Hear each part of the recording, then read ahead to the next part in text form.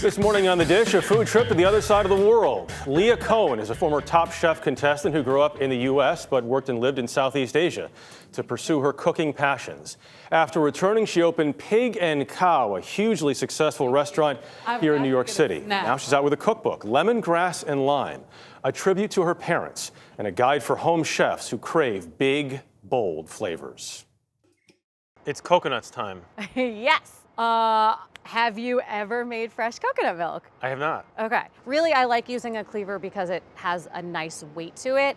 And the exterior of this coconut is very hard, so you want something heavy to kind of crack through it. There is nothing better than starting a dish segment with coconuts and cleavers. So you just want to hit it hard, and then it's going to start cracking. But before we get too far with homemade coconut milk, Leah Cohen wants us to know this. Cooking Thai food at home, or Southeast Asian food in general, does not have to be intimidating. Yes, there are often big, very spicy flavors.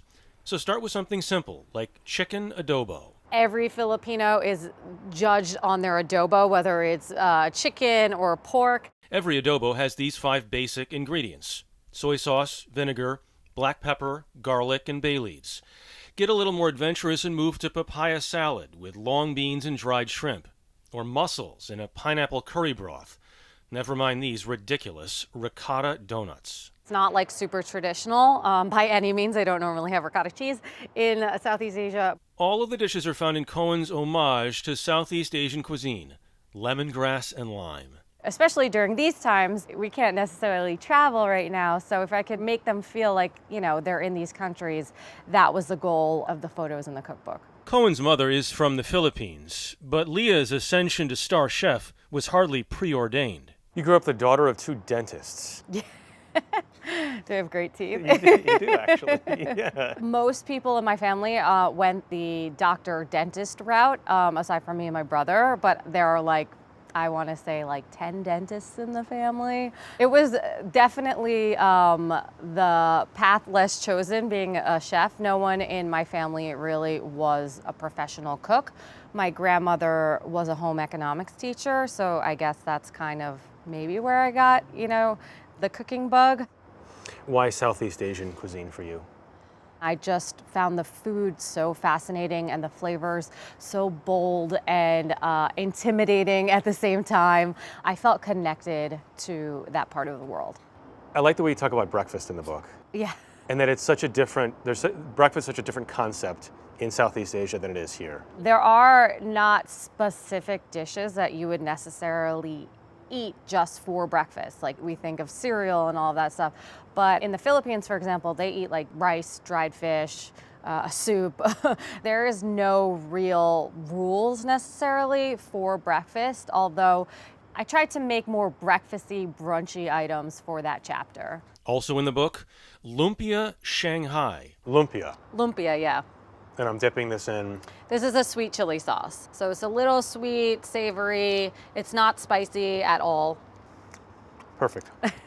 Thank you. And the Bangkok Fire, made with chili-infused whiskey. Cheers. Cheers. Oh yeah, that does have heat. But for the moment, back to the coconuts. When you pick one, you want it to feel heavy. That means that there is a lot of liquid inside, and that will make more coconut milk. Coconut milk sounded great to us. So Cohen, I think you can do it. let us take a whack at it. Yeah. Perfect, you're a pro. Look at that. See? It felt aggressive. Yeah, Yeah. It's a good way to get your anger out, I think. In a good way. Yeah, totally. It's therapeutic, That may be something we all need in these times. Cohen's restaurant in New York City, Pig and Khao, is open during the pandemic, but for takeout only. She hopes her cookbook will inspire people to make some outside-of-the-box creations at home that they might not try otherwise. Though for Cohen, this accomplishment is bittersweet. I was really struck by the dedication in your book. Yeah, so unfortunately, in April, I lost my father to COVID, and so I was able just in time to change my dedication because originally it was dedicated to my son, but my father was my biggest fan, And so I wanted to make sure that everyone knew how proud I was of him, just like they knew how proud he was of me. So. And you talk about his unconditional love.